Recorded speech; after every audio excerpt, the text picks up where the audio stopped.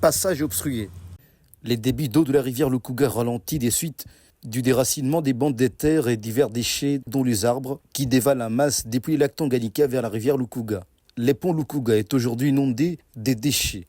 Une menace qui risquerait de provoquer l'effondrement de cet ouvrage sous l'effet du flux d'eau de la rivière Lukuga.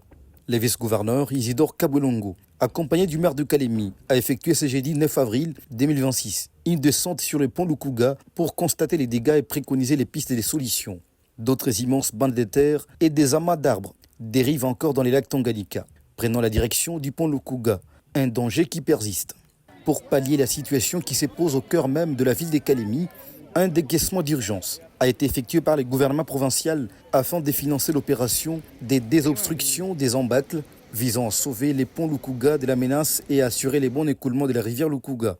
À savoir, ce drame s'est produit à quelques jours seulement de l'alerte lancée par le gouverneur Christian Kitunga Muteba lors de la 13e conférence des gouverneurs, plaidant pour les dragages de la rivière Lukuga. Le lac Tanganyika que nous partageons avec plusieurs pays qui disposent d'un seul exitoire naturel, à savoir la rivière Lukuga.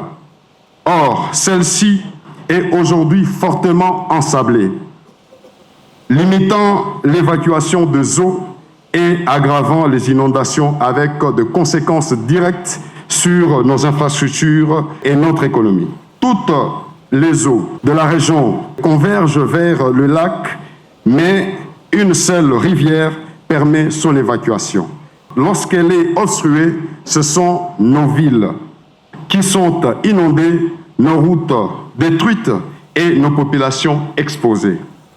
La solution est connue, le dragage de la Lukuga. Mais à ce jour, notre province ne dispose pas de moyens techniques adaptés, notamment de drague opérationnelle.